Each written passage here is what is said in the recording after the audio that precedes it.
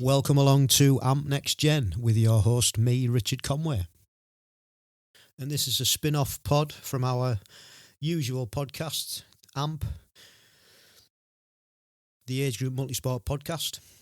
And if you're new to this, you can find all our previous 100 episodes on various platforms with YouTube channel. We have a website with them all on. You can get them on Apple Podcasts, you can get them on Spotify. So they're all out there, telling various stories from age groupers who've actually qualified and represented the country. And there's some fascinating stories.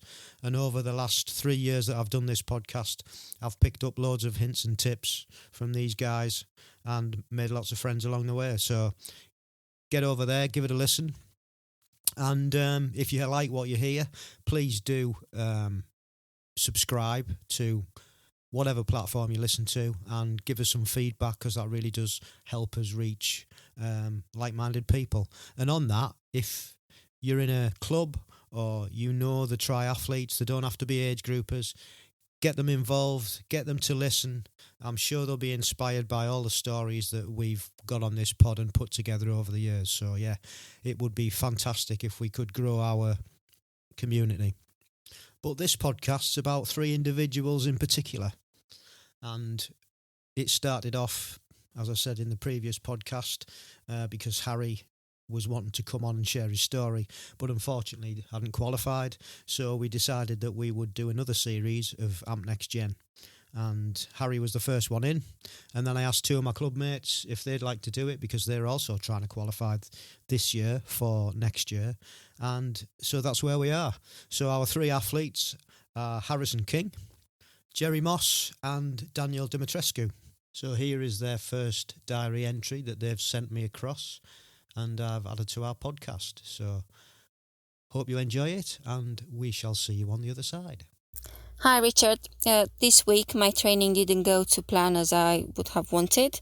We are currently traveling to Spain, so all my focus and energy has been dedicated to the packing and the logistic of this trip. I did lots of walks around Paris, but I guess that doesn't count as a training, is it? However, I managed to do a FTP test on a bike, and I would like to test again in 6 weeks' time to see if there are any improvements. It has also been extremely cold and very icy, and felt quite intimidated to go out on a bike, because I was actually considerate it at some point. So not much from me this week, unfortunately. However, I'm looking forward for the next week report, as I would be able to do some training in the sunny Barcelona. So thanks for now, and catch up with you next week. Bye. Hi Rich, it's Jerry just checking in, giving an update on the last couple of weeks of training. I have to say I'm really pleased, really. I think the training's going well. I've managed to complete all the sessions that I had down to complete. And feeling really good, if I'm honest about it. I know we spoke briefly week before last in regards New Year's Day 10K. So, 2 weeks ago when I did the New Year's Day Cleethorpes 10K, I felt really good in terms of the result and how hard I worked. But I felt really tired afterwards, and I started questioning myself about whether I could jump on a bike. And I know I can. It was just a tough race, and I think I had a tough stint in the race where I was running into the winds up a slight incline, and it just mentally was tough. And I finished, but overall really pleased, can't complain. And since then, so I built on that really the last couple of weeks, and really pleased the way the training's going. And I was going to give myself a bit of a quieter week this week, but just because I felt good, I felt I might as well keep going, and just follow my training plan. And I'm pleased. I've just finished earlier on today a bit of an interval set, and again feeling good, no injuries, working hard obviously, but when I look back at the stats and the Strava, it always motivates me, which is really good. I mean, it's 5 weeks now to the race, so I'm tempted to give myself an easier week this week coming, and that gives me a block of 3 weeks before the final week before leading up to the race. But I'll see how I go, because if I'm injury free, I'm enjoying the training, I might just continue following my plan. I'm uncertain as yet, and I'll make that decision probably on Monday when I do a brick session. One thing I've noticed, and I know we briefly bumped into each other and spoke, was nutrition. I think as I've stepped up the work rate in the sessions, I'm starting to feel tired, or was starting to feel tired. So I sat down and had a chat with Michelle, and we decided that at lunchtime, for instance, that I would prove what I was eating, and I need to fuel better. So, we're now looking at pasta and the chicken and the carbs and the protein, just to fuel me better. So we did it this week, and I really enjoyed it, and I haven't felt the lethargy and the tiredness that I probably did the previous week. So I'm going to keep that going, especially up to the race, and see what difference that makes in terms of performance. Overall, I can't really complain. I'm just really pleased. I think where I'm working on now is mindset and that mental strength to go, don't worry about other people, concentrate on what you're doing, hit your times, hit your power output, and just enjoy it, really, which is what I know, something that you keep reminding everybody, is to enjoy the process and trust the process, which is good. So that for me this week, I'm going to hopefully maintain that high. I might have to move some sets around due to work, but this week's proven that a bit of agility, a bit of creative thinking, and we can achieve it. So I'll do the same again this week, and just try not to worry about other things around me, and other events and other people and what they can do and how fast they can run. So all in all, I'm following my program, feeling really good, staying injury free, and enjoying it. And I think the more I go on, the more I'm enjoying it, which is great. Anyway, catch up soon. Hope you're keeping well. Thanks, buddy.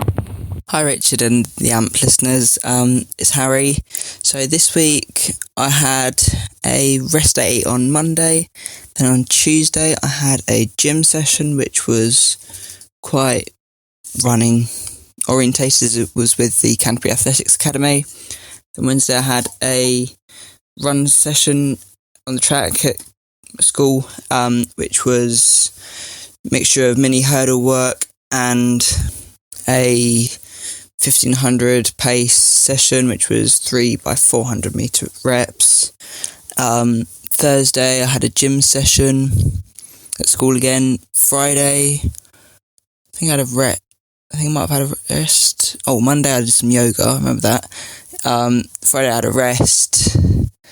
Saturday I went for a bike ride, which was meant to be 50k, but I didn't layer up properly, so it ended up being 40k because I was getting quite cold. And then today, which is Sunday, I had a swim session at Herons in Herne Bay with the Active Life Tri Club. That's a little roundup of what my week's been like.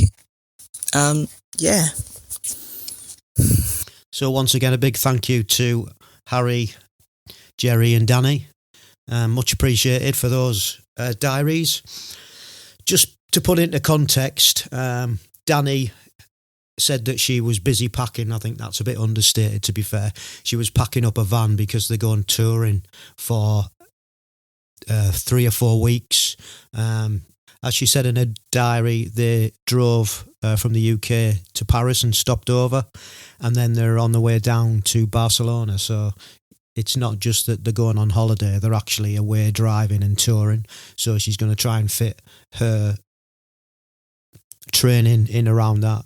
She did tell me that she's taken a bike, and obviously she's got a running stuff with her anyway, so she will fit it in as and when she can. And that's training, isn't it? Life takes over, whether you're working or you're on holiday or you're doing. Can't beat yourself up about not being able to train if you're busy doing other stuff. And in Danny's case, travelling a week and seeing Paris and things. It's a week off basically, isn't it? That's how you want to look at it. Or at least that's how I would look at it. You want to use it as downtime and rest. And I know she's been doing a lot of walking because you're usually doing city breaks. So, but yeah, I'm sure she'll be back into getting on that bike when she reaches sunnier climes, because she was telling me that the weather was even colder than it has been over in the UK. So not very pleasant. So that's Danny. And Jerry, well, sounds like he's going from strength to strength. And to hear he's happy with his progression. And I found it interesting and fascinating that he actually decided not to take a slower week after he'd done his 10K that he'd mentioned, and just carry on with his plan. And that's a great way of listening to your body, isn't it? Not just listening to it when it's telling you that it's tired, but also listening to it when it's telling you that actually it feels all right and it feels good and you can absorb a bit more training. So that was pretty cool. And I like the way that he's using Strava as a motivational tool, because I know Strava gets a lot of stick for being quite negative because you're always comparing yourself with other things, but it's good also to look at Strava and see that you're ticking off those sessions and you're improving. So using Strava in a positive light. And yeah, we did talk about nutrition. He's going to have to step his nutrition up. We've had lots of discussions over food over the past 6 to 7 months. He's been quizzing me on various things and basically just giving him some input as to what we do at home, eating wise. And yeah, you do have to give yourself more nutrition and eat more. If your training is ramping up and it's getting more intense, you need to fuel it. Otherwise, you're probably going to get injured because you're not putting enough fuel in there to be able to do the work. And, you know, the fuel's helping you recover also. So, yeah, it makes sense. And it's great to hear that from a mental aspect, he's not overthinking it, I think, is what I got from that. So it's easy, isn't it, to compare yourself. I always say comparison's a thief of joy. It's easy to compare yourself with everybody else and what everybody else is doing. But you've got to just focus on yourself. You can't control anybody else. And all you can do is control the controllables. So it sounds like that's what he's doing. And last but not least, Harry. Good solid week, sounded like. Nice to see that he's embracing a bit of yoga. 16-year-old and doing yoga. That'll stand him in good stead. He'd mentioned about his ride out and he'd laid up, but it wasn't quite enough. Rather him than me, I'm still stuck on Zwift. Not venturing outside. It's far too cold. I was saying to Mrs. C the other day, it takes me longer to layer up than it would be to get a session done on Zwift, so it's a bit counterproductive, really. But anyway, yeah. But well done for stopping and cutting the session short if you're getting cold, because you don't want to end up with the flu or cold and then missing out on training because you're not feeling so great. That was very sensible. Great first entries from them all. Really nice to hear. Hope you've enjoyed that. We're going to try and do it weekly, as I said before, and see how they progress. So thank you for listening. If you want to get in touch and leave any feedback, we've got an email address, which is agegroupmultisportpodcast@gmail.com. You can find us on Instagram at amp_1967. And you can find us on Facebook at ampgb. We're also on Twitter at agegroupmultisportpodcast. Although it's not called Twitter anymore, it's called X. And we've got our own YouTube channel, which is AmpGB. Like I said earlier, you can find all the previous podcasts on there and give them a listen.